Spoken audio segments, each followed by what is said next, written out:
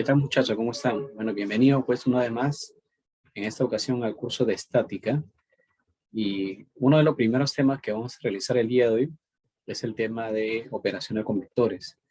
Bueno, los vectores pues juegan un papel muy importante en el ámbito de las ingenierías y en especial pues en el curso de estática, ¿no? Y bueno, recordar pues desde que los vectores en realidad son segmentos de recta que reemplazan que permitan, pues, en este caso, representar a un tipo de magnitudes, el cual se le llama, pues, magnitudes vectoriales, ¿no? Y dentro de magnitudes vectoriales tenemos, pues, por ejemplo, la velocidad. Si queremos, de repente, indicar en qué dirección se mueven estos autos, podemos asociar un vector. Ese vector viene a ser el vector asociado ya, digamos, a la velocidad. Tenemos el vector velocidad, o por ahí de repente hablar de vector aceleración, ¿no? Aunque a veces no se habla de vector, ¿no? Sino se habla de velocidad, o se habla de aceleración, o se habla de posición, o se habla de fuerza, ¿no? En realidad esas magnitudes vectoriales ya están, digamos, en sí representados a través pues, de un segmento de recta. Ese segmento de recta se le llama pues vectores, ¿no? Bien, en ese sentido entonces veamos pues algunas aplicaciones dentro de la ingeniería, ¿no? Bueno, acá tenemos una estructura, esa estructura pues la estructura del puente, y en ella pues se van a, claro, depende en este momento no lo van a verlo, pero cuando se hace el diagrama de cuerpo libre, sí se van a apreciar pues diversas fuerzas, ¿no? Esta estructura, por ejemplo, está hecho de concreto, ¿no? Pero ese concreto tiene masa, entonces como tiene masa, es atraído pues por la Tierra, entonces por lo tanto sobre ella, sobre cada una de estas partes de ese puente se manifiesta pues una fuerza llamada fuerza de gravedad. Lo mismo acá, por ejemplo, usted ven unos alambres o unas varillas que de seguro que permitan pues realizar ese tipo de construcciones y de una forma u otra encima de ello llevan cargas, ¿no? Y estas cargas, ¿qué es lo que van a hacer? Van a hacer pues que esta varilla se tensione, ¿no? Si se tensionan, hay una fuerza interna que se manifiesta en ellos, que se manifiesta por fuerza de tensión, ¿no? Y probablemente todo este peso en esta parte de la varilla, en esta parte de la construcción, está comprimiendo, ¿no? Entonces ahí también hay una fuerza de compresión. Y así, ¿no? Entre otras fuerzas más se pueden pues apreciar, ¿no? Para el momento de una fuerza en una torre grúa, ¿no? Muchas veces, de seguro que ustedes han visto cuando tienen esta torre, esta grúa, esa torre grúa, bueno, en esta cabina está ubicado el chofer, y a este lado, ya sea el lado izquierdo o la derecha, dependiendo de dónde esté ubicado, en este caso sería el lado izquierdo, hay grandes bloques de concreto, ¿no? ¿Y por qué colocan esos grandes bloques de concreto, ¿no? ¿Cuál es la finalidad, no? La finalidad de esos bloques de concreto es que cuando eleve las cargas con esta pluma, pues no experimente un desequilibrio, ¿no? Una rotación, siempre mantiene pues una posición horizontal, ¿no? Claro, puede rotar en torno a su eje, pero digamos no rota verticalmente, ¿no? Sino que rota la rotación de ellas horizontalmente, ¿no? Entonces, cuando un cuerpo rota bajo la acción de fuerzas, ese efecto de rotación se mide pues a través de una magnitud vectorial y esa magnitud vectorial se llama pues momento, ¿no? Ahora, lo otro dice cuando se hace el lanzamiento de misiles, ¿no? Cuando se hace el lanzamiento de misiles y queremos determinar su ubicación en cualquier instante de tiempo, se traza pues un vector desde el lugar donde empiezas a analizar hasta donde se ubica el objeto y esa magnitud vectorial que permite determinar la ubicación de un móvil en cualquier instante de tiempo viene a ser pues la posición, ¿no? Lo mismo aquí, ¿no? Porque estas construcciones, a pesar de que estén inclinadas, no se caen, ¿no? Entonces también tiene una explicación. Eh, Todas las construcciones o todos los objetos que estén de pie, en realidad todos los cuerpos en sí tienen un centro llamado centro de gravedad. Dice, si el centro de gravedad, este, la línea del centro de gravedad, porque en este centro de gravedad actúa una fuerza, esa fuerza se llama fuerza de gravedad, y esa fuerza de gravedad que es vertical tiene una línea, ¿no? Que es la línea de fuerza, la línea de acción en la fuerza. Si la línea de acción de la fuerza dice está dentro de la base de la construcción, este edificio no se va a caer. O sea, al menos si la línea de fuerza de gravedad esté alineado con el extremo del edificio, tampoco se va a caer. Pero ¿qué sucede si la línea de acción de la fuerza gravedad está fuera de la base? ¿No? Si está fuera de la base, simplemente puede rotar, puede generar un torque de la fuerza gravedad y puede caer, ¿no?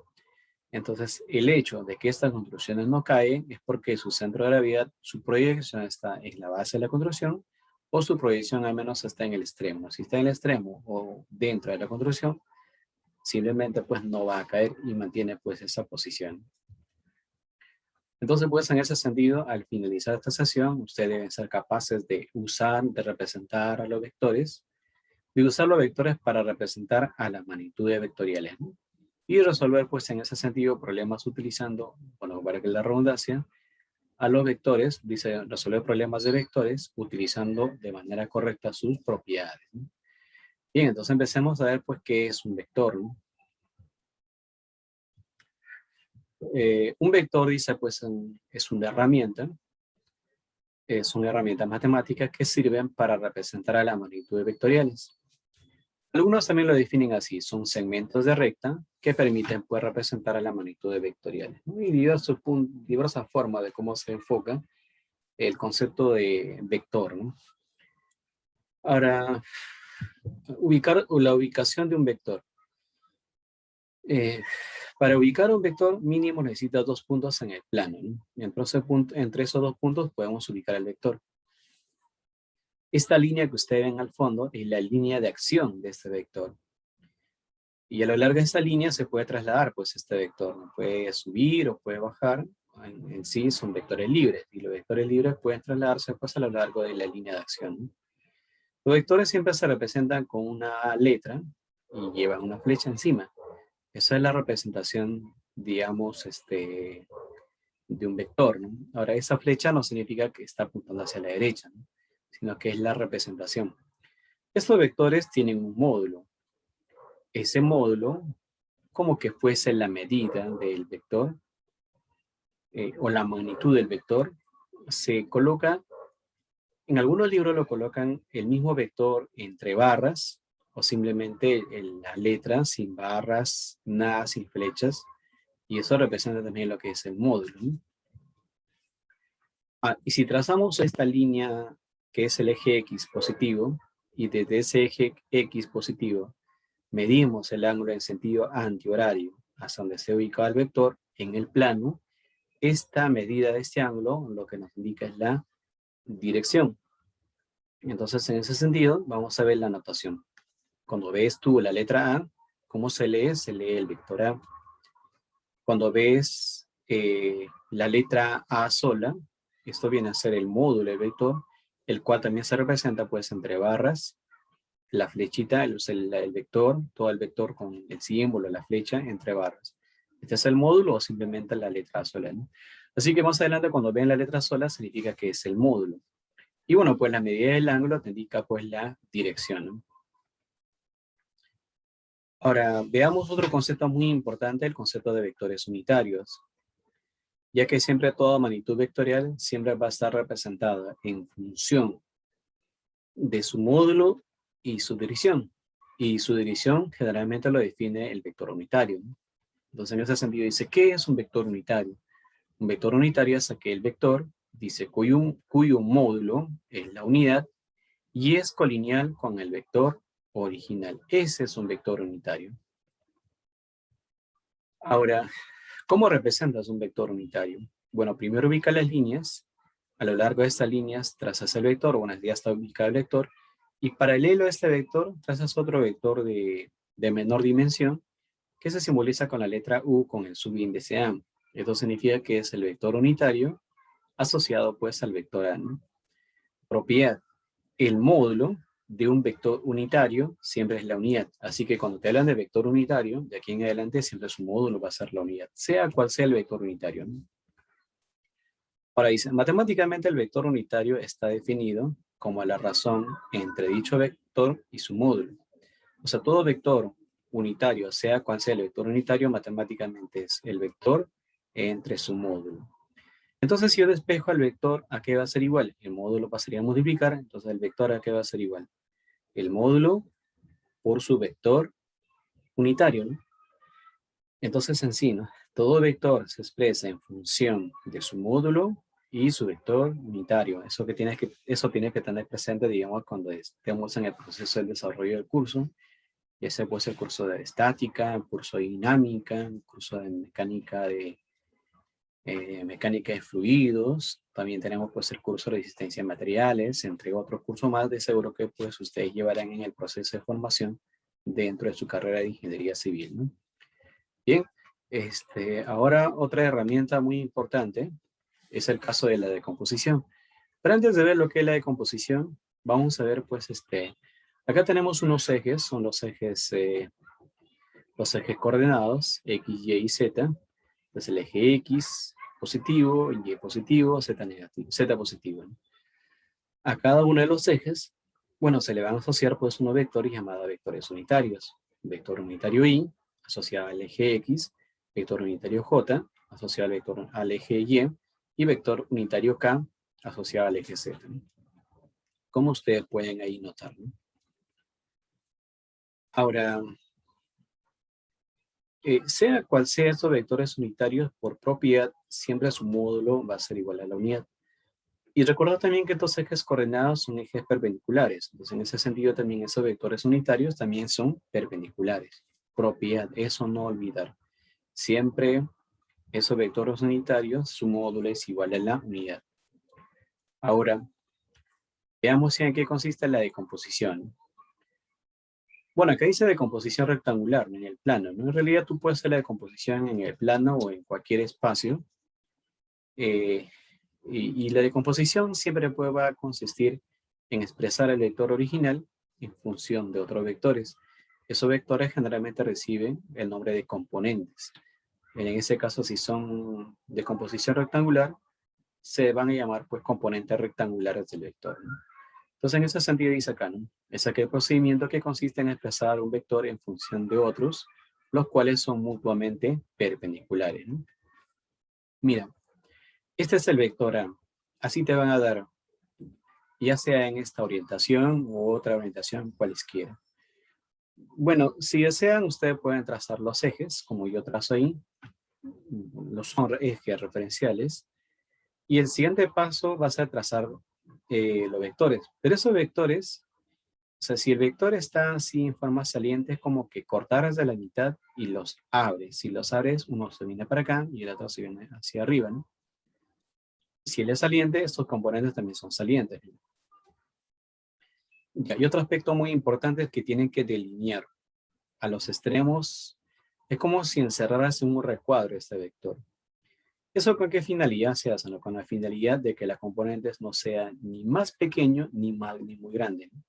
Ni muy pequeño ni muy grande. Entonces, esté dentro del recuadro, ¿no?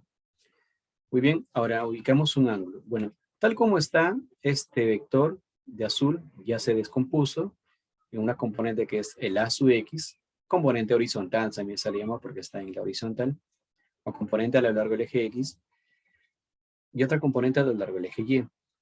Ya, entonces este vector A puede expresar en función de esos dos vectores, ¿no? Ahora, pero, y esos vectores que ven ustedes por ahí tienen, digamos, sus módulos, ¿no? ¿Y cómo hallas el módulo de ese vector? Bueno, entonces para eso ubicas un ángulo. Recuerda que ese vector tiene un módulo, su módulo va con la letra A. Entonces, si yo tengo el módulo del vector, si este es el vector y ese vector tiene su módulo, ¿cierto? Si este es el vector y tiene su módulo, este cateto se expresa, el que está al costado del ángulo es el módulo del vector por el coseno del ángulo. Y el otro va a ser el módulo de ese vector por el seno de este ángulo, ¿no? O sea, si lo que está al costado es coseno, lo que está de frente es un seno. Muy bien, ahora recordad también de que al eje X se le asocia vector unitario Y y al eje Y se asocia vector unitario J. Entonces, en ese sentido, esto se llama componente horizontal o componente a lo largo del eje X y él es componente vertical porque está en la vertical, valga la redundancia, ¿no? Ahora, mira, del gráfico, este vector de aquí se puede desplazar en función del A sub X y el A sub Y, una suma vectorial.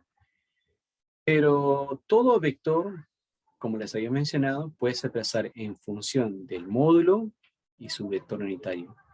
El módulo y su vector unitario, ¿no? Y el módulo del A sub X es un A coseno. y el módulo de este vector componente, que es el A sub y, es una seno, ¿no? Entonces, yo podría expresarlo de esta manera, o como que también podría expresarlo de esta manera, como que también podría expresarlo de esta manera, ¿no? Cualquiera de esas tres formas de representar un vector en dos dimensiones van a ser las válidas. Eso ya depende, digamos, de cómo estemos enfocando el problema. Bien, ahora, así como se realiza la decomposición, digamos, en el plano, también tú puedes hacer en el espacio. Bueno, acá tenemos dos aplicaciones. Nos piden determinar el vector unitario del vector A y el vector B. Eso lo vamos a hacer básicamente en las videoconferencias. Y acá también tenemos un conjunto de vectores, y de ese conjunto de vectores lo que nos pide pues, es determinar su módulo, ¿no? Bueno, el módulo lo podemos determinar pues, de varias maneras, ¿no? Aplicando decomposición rectangular o básicamente decomposición rectangular, ¿ya? O si no, encontrar pues el vector, y ese vector se puede expresar en su forma cartesiana, y la forma cartesiana es encontrar los puntos. Pero eso ya lo vamos a hacer básicamente en las videoconferencias, ¿ya, muchachos? Bien, entonces seguimos avanzando. O lo dejo ahí para que ustedes también puedan estar ahí, los que ven el canal, qué sé yo, ir practicando o resolviendo, ¿no? Son problemas sencillos, no son nada del otro mundo, ¿no? Ahora, descomposición rectangular en el espacio, ¿no? Así como en el plano puede ser trazar en vectores en función de dos componentes, en el espacio puede ser trazar en función de tres componentes, ¿ya? Tienes acá este vector, mira, una de las formas es así. Ese vector que está de color rojo, primero descompones un vector en este plano, una componente estaría por acá, y otra componente estaría por acá. Como esta componente, el A sub z, ya está en el eje z, ya no se descompone más. Pero esta componente todavía está en el plano, ¿no? Como está en el plano esta componente, todavía se descompone. O sea, la decomposición al final siempre va a quedar dentro de los ejes. Entonces, este vector que está aquí, bueno, lo descompongo, me queda uno por aquí y uno por acá. Entonces, al final, ese vector de color rojo ha sido expresado en función de los tres ejes, ¿no? Y en cada eje vas a asociar pues a estos vectores un nombre, ¿no? Que es el A sub X, A sub Y y A sub Z. Entonces, el vector A ha sido expresada en función de estos tres vectores, ¿no? Ahora recordar que cada vector puede ser trazado en función de su módulo y su dirección. Módulo y dirección, módulo y dirección. Ahora tú dirás, ¿y cómo hallamos el módulo, no?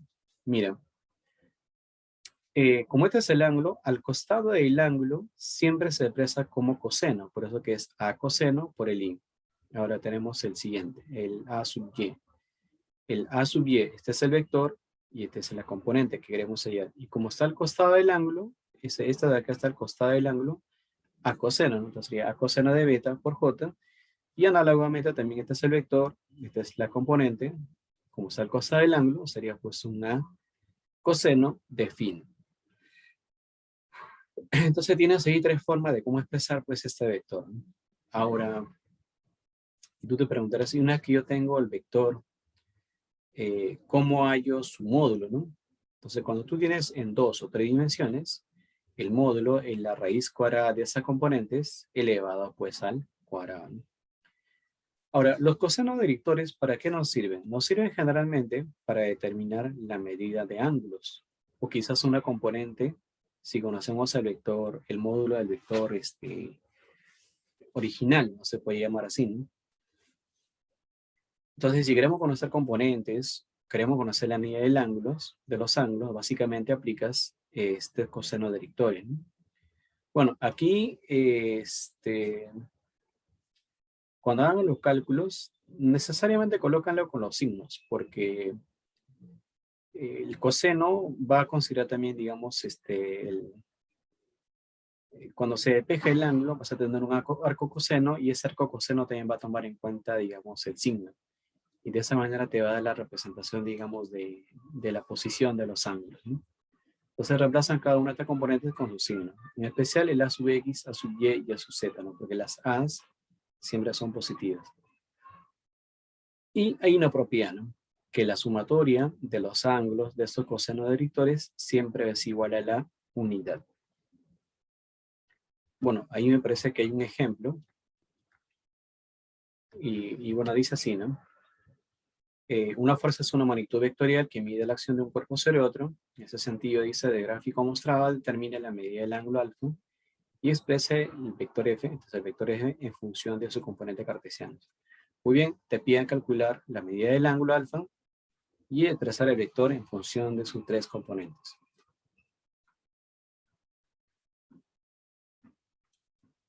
Ahora, ¿cómo hacemos, no? Disculpen. ¿Cómo hacemos para determinar la medida del ángulo, ¿no? O expresar el vector en función de sus componentes? Entonces, para determinar la medida del ángulo, lo que vamos a hacer es usar la propiedad. La propiedad dice que la sumatoria de los cosenos cuadrados es igual a la unidad. Bueno, de hecho que cuando tú desarrollas una ecuación cuadrática, pues te van saliendo valores, ¿no? Y uno de los valores es digamos, la que se toma, ¿no? La que es, digamos, más próxima, ¿no? Entonces, en ese sentido, el coseno de uno de los bueno, dejando, como les he dicho, dando dos valores, de esos dos valores voy a coger uno de los valores, que es en este caso 0,5. El coseno de 0,5, o el arco coseno de 0,5, es 60 grados. Por lo tanto, la medida del ángulo alfa sería pues 60 grados, ¿no? Bueno, nos pide la medida del ángulo y también nos pide calcular, digamos, expresar el vector en función de sus componentes cartesianos, que es un f coseno de cada uno de la medida de los ángulos, ¿no? Entonces reemplazamos, el f es 200, es el módulo, y el coseno de alfa. Bueno, alfa nos salió 60, coseno de alfa sería el coseno de 60 más 200 por coseno de 60, el que está en el eje y él sería, esta componente de acá va a ser igual a 200 por el coseno del ángulo, ¿no? Que es coseno de 45. Bueno, ahí es cuestión de operar, y operando pues sale 100i más 100j más 141k newton, y eso sería pues, digamos, la forma como se está logrando expresar el vector en función de sus componentes cartesianos. Bueno, continuamos a ver. Ahora, dentro de las operaciones con vectores, está pues la suma de vectores, la diferencia de vectores y el producto de vectores. Ahora, ¿y la suma de vectores para qué sirve? Entonces, este procedimiento, este método, se emplea pues para determinar un vector suma o vector resultante, ¿no? Y el vector suma o resultante se determina siguiendo, digamos, dos métodos. Puedes usar el método geométrico o el método analítico, ¿no? Y el método geométrico te permite, pues, para representar gráficamente el vector resultante, ¿no? Y para hallarlo gráficamente, lo que tiene que hacer, así como dice acá en la imagen, como también dice el texto, es ubicar a los vectores uno a continuación de otro. Una vez que tú ubicaste a los vectores uno a continuación de otro, ¿cómo hallas el vector R? También lo dice el texto. Vas a unir el origen del primer vector con el extremo del último vector. Y eso te va a dar digamos, la dirección, la orientación del vector resultante. Ya. Ahora, mira, ¿cómo trasladas? Más o menos así. Es decir, el vector A, de manera consecutiva trazas el vector B, y de manera consecutiva el vector C. Y finalmente el vector D, ¿no? Y luego, en esa posición, ubicas el vector, unes el origen del primer vector une con el extremo del último vector, y ese vector, ¿quién va a ser? El vector resultante, ¿no? Ahora tú te preguntarás, ¿y por qué el vector resultante es la suma de A, B y C y D, ¿no? Lo que pasa es que si tú tienes 4 vectores, el quinto vector siempre es la suma de esos 4 vectores. Y como esos vectores son consecutivos, entonces el vector suma o vector resultante es la suma pues vectorial de cada uno de estos vectores. ¿Ya? Bueno, acá no sé qué pasó en la edición, se borró el vector B, para acá debe estar el vector B. Vector A, vector B, vector C y vector D. Ahora también tenemos el método analítico, ¿no? Tanto el método analítico como el método geométrico nos permite pues determinar la suma vectorial, ¿no? O hallar el vector resultante, ¿no? Y este método generalmente son métodos con lo que mediante el uso de ecuaciones matemáticas, como ya sea ley de seno o ley de coseno, podemos determinar el módulo de un vector y también su dirección. Generalmente se aplican cuando tienes solo dos vectores. Tenemos acá dos vectores y estos vectores deben tener un origen común y formar pues un ángulo. Luego traza líneas paralelas y se forma pues una figura llamada paralelogramo. Y la diagonal representa pues el vector suma, ¿no? ¿Y por qué la diagonal representa el vector suma? Bueno, ese vector pasa de arriba y vas a tener dos vectores consecutivos. La suma de dos vectores consecutivos me da el tercero, ¿no? Y así podría ir, digamos, a ese tercer vector. Bueno, esta es una suma vectorial, pero generalmente en los problemas no te pide la suma vectorial, te pide el módulo, ¿no? Y para determinar el módulo de este vector, bueno, se aplica pues una ley que se le conoce como ley de cosenos, y dice pues así, que el módulo de ese vector resultante va a ser igual a la raíz cuadrada de los módulos de estos vectores elevado al cuadrado más el doble producto del primero por el segundo por el coseno del ángulo, ¿no? Bueno, tenemos ahí el caso de vectores paralelos. Cuando dos vectores tienen la misma dirección, el vector resultante simplemente se suma. Y cuando tiene dos vectores en direcciones contrarias, bueno, pues el módulo se resta, ¿no?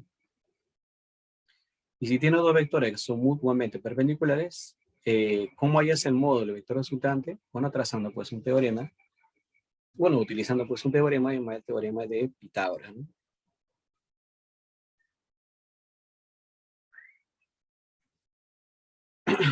Disculpen muchachos, un poquito el cansancio. Mira, ahora tenemos acá algunos problemas propios pues, que van a ser sobre todo también desarrolladas también dentro de la videoconferencia, ¿no? Por ahora lo dejo ahí para aquellos que pueden verlo externamente puedan tomarle una captura de pantalla y así pues darle su desarrollo respectivo, ¿no? Bueno, pasamos ahora a lo que es producto escalar y finalmente producto vectorial. El producto escalar nos va a permitir también, digamos, determinar, o en todo caso, digamos así, ¿no? Da dos vectores, dice cualesquiera, el producto escalar tiene otro nombre, ¿no? También llamado producto interno, producto punto escalar. Dice, siempre dará como resultado una cantidad escalar. ¿Qué significa eso, no? Que si tú multiplicas escalarmente dos vectores, siempre como resultado no vas a encontrar otro vector, sino vas a encontrar un escalar. Ahora dice, ¿no? Si se conoce, dice el módulo de cada vector y el ángulo que forman entre sí, entonces el producto escalar viene dado por. Entonces, si conocemos acá la medida del ángulo entre esos dos vectores y conocemos, dice, el módulo de cada vector, entonces nosotros podemos hacer así, ¿no? El producto escalar viene dado por el módulo de cada vector por el coseno del ángulo. Y en función a esto se demuestra pues esta relación porque es igual a 1 y porque es igual a 0. Por ejemplo, el i por el i. El i por el i vendría a ser módulo del i por el módulo del i por el coseno del ángulo. Pero si es i con i, estaría i con i, estarían dos vectores en la misma orientación, ¿no? Entonces, la medida del ángulo, ¿cuánto vendría a ser? Vendría a ser 0. Y coseno de 0 es 1. Si él es 1, él es 1, él es 1, 1 por 1, 1, ¿no? Entonces vendría a ser el i por i, j por j o k por k, siempre el producto escalar es la unidad. ¿Y por qué el i con el j, el producto escalar es 0? Acá colocaría módulo el i, 1, módulo j, 1. Y el coseno sería coseno, pues, si ya se habla de i con j, sería 90 grados, ¿no? Y si fuese a 90 grados, coseno 90 es 0. Y 0 por algo es 0, ¿no? Entonces, por lo tanto, el i por j, o j por k, o k por i, bueno, siempre dará pues 0, ¿no? Ahora, no siempre vas a tener tú, pues, dos vectores formando un ángulo, ¿no? Ni tampoco vas a tener los módulos. ¿Qué sucede si ustedes le dan los vectores en función de sus componentes, ¿no? Y te piden hallar el producto escalar. Entonces, a ti te dan los vectores en función de sus componentes y te piden el producto escalar. Tú haces así nada más. El producto escalar de esos dos vectores es la multiplicación directa de la primera componente con la primera componente, la segunda componente con la segunda componente y la tercera componente con la tercera componente. Cuando multiplica primero con primero, vas a multiplicar también el i por el i escalarmente. Pero el i por el i escalarmente, ¿cuánto es? La unidad, así que no pasa nada, ¿no? Por eso que aparece a sub x por b sub x. El siguiente sería a sub y por b sub y. Y el siguiente sería pues a sub z por b sub z. Y así ustedes la que ven. Esa es la forma, digamos, analítica, la forma como se multiplican los vectores escalarmente en función de esos componentes, ¿no? De manera análoga tenemos el producto vectorial. El producto vectorial también se conoce como el producto exterior, producto cruz o simplemente vectorial. Ahora dice, siempre que tú multiplicas dos vectores vectorialmente, vas a obtener un tercer vector. Ese tercer vector es un vector que siempre va a ser, digamos, perpendicular a los vectores que se están, digamos, multiplicando inicialmente, ¿no? Y estos vectores con su, si traza líneas paralelas a los vectores, acá se forma la medida de Blanc, se forma pues un paralelogramo, ¿no? Es decir, forma un plano. Y ese tercer vector es perpendicular al plano formado por esos vectores. ¿Y cómo sé que está hacia arriba, no? Bueno, para saber que está hacia arriba se usa pues una mano, una regla. Esa regla es la regla de la mano derecha. Si multiplico A por B, sería pues hacia arriba. Si multiplico pero B por A, se va a hacer hacia abajo, ¿no? Eso se puede hacer ya en la clase, ¿no? Ahora, y la idea es, ¿y cómo hallo el módulo de ese tercer vector? Entonces, para hallar el módulo de ese tercer vector, y conocemos la medida del ángulo que forman esos vectores, el módulo de ese tercer vector es el módulo del primer vector por el módulo del segundo vector por el seno del ángulo formado entre dichos vectores. Ahora, no siempre vas a tener tú, digamos, la medida del ángulo entre los vectores y los módulos de los vectores. ¿Qué hacer en ese caso si no te dan? ¿Qué hacer si te dan en función de la componente, de su componente cartesiana, ¿no? Entonces, si quieres hallar tú el producto vectorial entre dos vectores, si te dan en función de sus componentes, bueno, el producto vectorial va a quedar determinado o dado por la determinante de estas componentes. Colocas el i, colocas el j y colocas el k. Luego colocas el signo más, menos, más. Más, menos, más, ¿no? Ese es en realidad un método. En matemática tiene un nombre, ¿no? Bueno, se me fue el nombre en ese momento, pero el criterio es así. Más, menos, más. Y luego haces así. Bueno, yo elimino el, obviamente antes coloco el signo más, menos, más, y elimino el, multiplico en cruz. El con el, multiplico y resto, menos el por el. Lo que ven acá, a sub y por b sub z, menos b sub y por a sub z. Coloco el i, y luego coloco el signo menos, abro paréntesis, elimino esta fila y multiplico en los extremos, el con el, menos el por el. Y aquí pueden ver ubicado por j, más, abro paréntesis, bueno, me voy al tercero, pero elimino el y solo multiplico el con el, menos el con el. Ya está. Ya lo ubiqué y finalmente cierro paréntesis y multiplico por vector unitario K. Y de esa manera pues hay el producto vectorial entre dos vectores. Esa es la forma analítica. Bueno, luego tenemos pues dos ejemplos prácticos para ser desarrollados pues en la videoconferencia, ¿no? Bueno, básicamente eso sería todo, muchachos, por hoy. Nos vemos en otra oportunidad. Cuídense mucho.